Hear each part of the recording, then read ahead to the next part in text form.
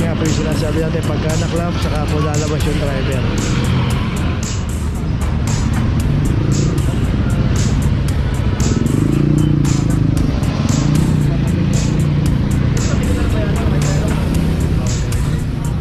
Location natin, P. Marcal, corner Miguelin. Na kung saan pwede tayo magparada. Ngayon po, 2023 na, sumunod po tayo sa batas trapiko. Huwag po tayo maging pasaway. Yun lang po, salamat.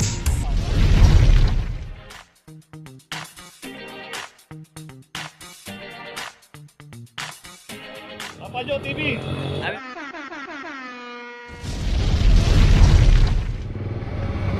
Location natin na Santol, corner Sosiego Street. At dito na may isang Honda Fit. At ito meron na rin akong number 001. At dito rin naipit na si kuya rito. Nakakabit ng internet ba to? So pero meron driver. Kaso naipit siya, meron din sasakyan sa likod. Kaya hindi makaalis. At ito meron ng notice. So yung isa rin ayun, nakakabit din ng internet pero may mga driver.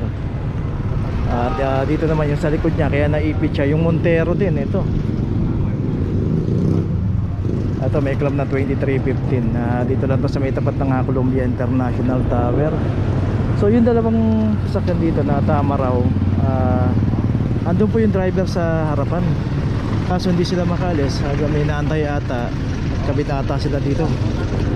Kabitata ng internet, pero yung driver nandun naman po. Pero yung dalawang sasakyan dito, yung Honda Fit saka Montero, ito walang driver talaga. So dito alam naman po ng gwardiya na pinili na pagka ganito yung pagkakaparada. Doon meron na nga sila nakaparada ron, hindi na nga ako kinaklamp yun. Pero dito kaya naklamp to dahil ito walang mga driver at naka-obstruct na sa kalsada. Si kuya hindi rin makaalis dito kasi naipit na rito sa dalawang sasakyan dito. At yung isa naman, ayun, may driver, may inaantay lang ata, may kinabitan lang dito. Okay, tuloy na po tayo. Location natin sa Silencio, corner Sosiego. At dito isang Audi ang nakaparada rito. At ito wala rin driver, from number 2350. Dito rin sa kahabaan ng Silencio, makikita natin na hindi naman po busy itong lugar na to, pero dito po pinapanitili po ng barangay na wala pong naka-obstruct dito kasi nga po malalaki po yung mga bahay dito at may mga garahe po sila. Dito rin kasi merong condominium, malimit po na pumaparada rito ay mga taga-condo, pero yun nga dahil nga nadadaanan na to, so bihira na mag-park yung mga sasakyan dito. Pero minsan may naliligaw pa rin kagaya nitong isang Audi rito. At ito meron na rin notice. Okay, tuloy na po tayo. Location natin, Legarda Street, corner Figueras. Dito isang Toyota Wigo 2349. Dito ngayon pinaradaan ito. Makikita natin dito ito yung bike lane. Dito rin sa kahabaan ng Legarda Street, Mabuhay Lane, bawal po rito. At kung paparada tayo may mga secondary road, doon pwede tayo pumarada. At hindi po clamping zone, secondary road, doon pwede tayo pumarada ron. Dito pagka inabutan po tayo, makikita ko yan. Ayun nga po yung sinasabi natin, pagka naklamp saka po lalabas yung driver. Hindi, nandito ako eh. Bali, hindi ko tao namin natin.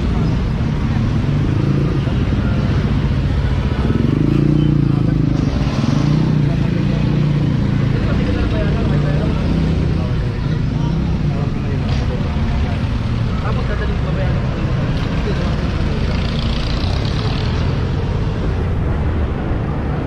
Okay.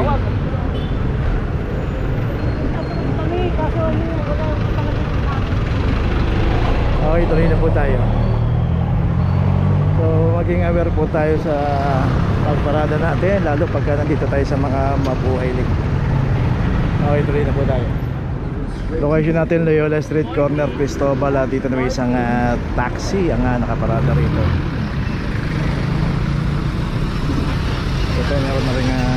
number 2340.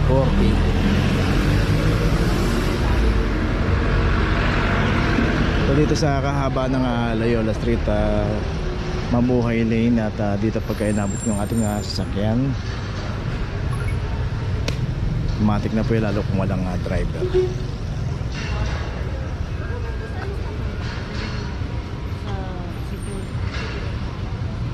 Bali po yung pabalikan. Pumunta po kasi tapos pabalikan po ito para ng dalawa. Opo, may nakamotor na.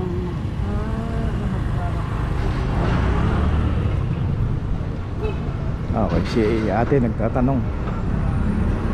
Okay, tuloy na po tayo. Location natin, P. Marcal, corner Miguelin.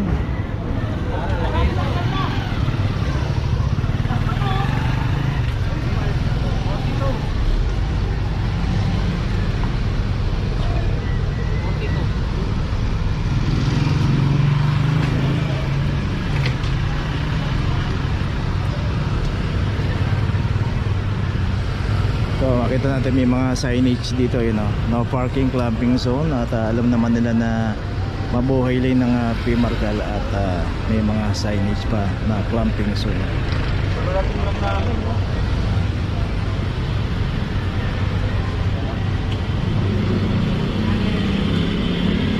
So dito marami namang paparadahan. Merong Cristobal Street yan, luwag-luwag. Ayun nga lang, di nga lang natin tapat yung paparadahan natin. Jerry. Pero yun nga, safe naman tayo na hindi tayo makakuha.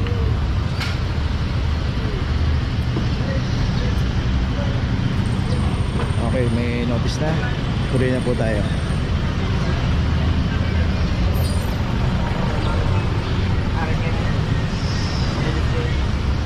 Okay, tuloy na po tayo. Location natin Craig Street, corner Loyola Street, at dito na may isang Montero, at yung pinaradahan ng Montero dito sa may eskwelahan dito, at dito rin sa kahabaan ng Craig, between ng Loyola Street hanggang Pajardo, one side parking po dito. Dito lang sa left side pwede pumarada, at yung pinaradahan ng Montero bawal na to. 23:15. So yun, kung paparada tayo, makikita naman natin na halos tayo lang naparada sa side na to. At kung nakita naman natin na halos karamihang sasakyan nandito sa left side, huwag na po tayong pumarada.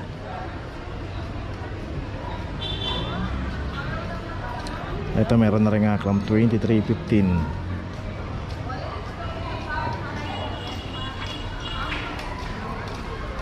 Okay, ito meron na rin nga notice. Okay, tuloy na po tayo. Ito natin Dimasalang, corner Maceda. Dito isang Montero 23:27. So yan, makikita natin. Ayan na yung kanto dyan ng intersection.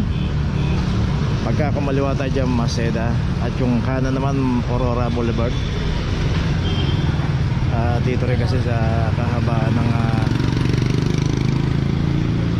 Dimasalang, makikita natin. Ayan na yung diretso niya na North Cemetery. So yung isang jeep dito, merong driver.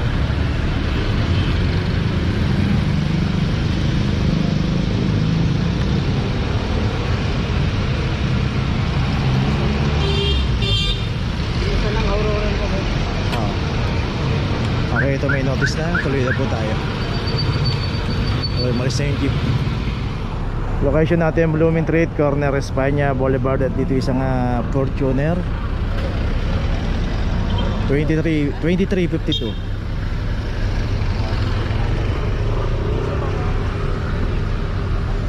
Dito rin sa kahabaan ng Blooming Street, Mabuhay Lane. Dito pagka inabot ko yung ating sasakyan at naka-obstruct. So dito naman, ito natin Fortuner cards.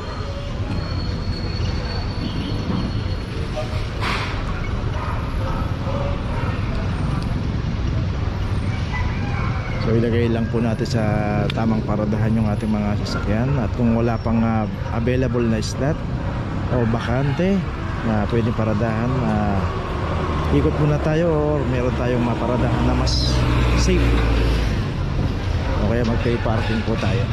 Okay, tuloy na po tayo. Location natin Matimias, corner Miguel Street. Dito isang Honda CRV.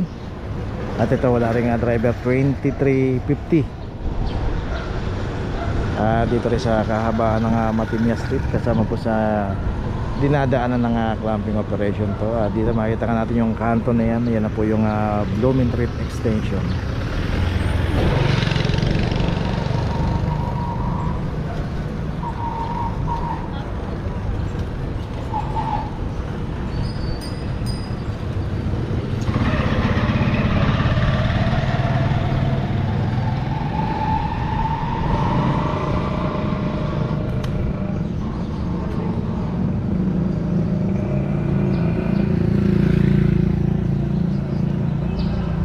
Okay, may notice na yung Honda CRV.